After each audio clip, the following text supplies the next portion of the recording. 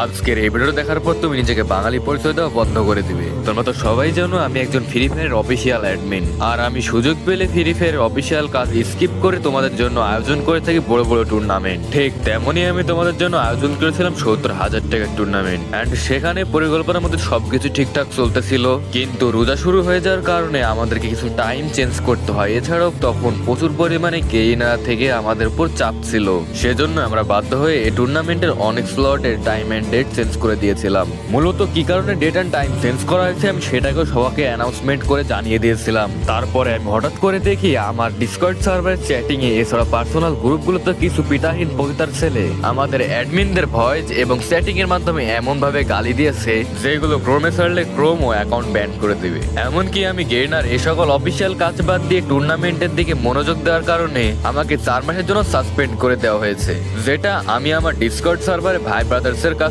Share করেছি। কিন্তু সেখানে কিছু পিতাহীন পতিতার ছেলেরা ফানি রিয়াকশন সহ লজিক ছাড়া মন্তব্য করেছে। তাহলে তোমরা এখন ভেবে দেখো আমি নিজের পকেট থেকে টাকা দিয়ে কি ধরনের ব্যাড ম্যানার্স মানুষদের জন্য টুর্নামেন্ট আয়োজন করে থাকি, যেখানে এই সকল টুর্নামেন্ট আয়োজন করার কারণে আমি 4 মাসের জন্য সাসপেন্ড হয়ে গেলাম। এমনকি এই সকল প্রকার টুর্নামেন্ট থেকে আমি কোন প্রকার বেনিফিটই পাইনি। এজন্য যে সাহায্য করে তার গাড় সবাই মারে, আর বাঙালি ভালো মানুষের গাড় মারতে গিয়ে নিজের গাড় মারা খায়।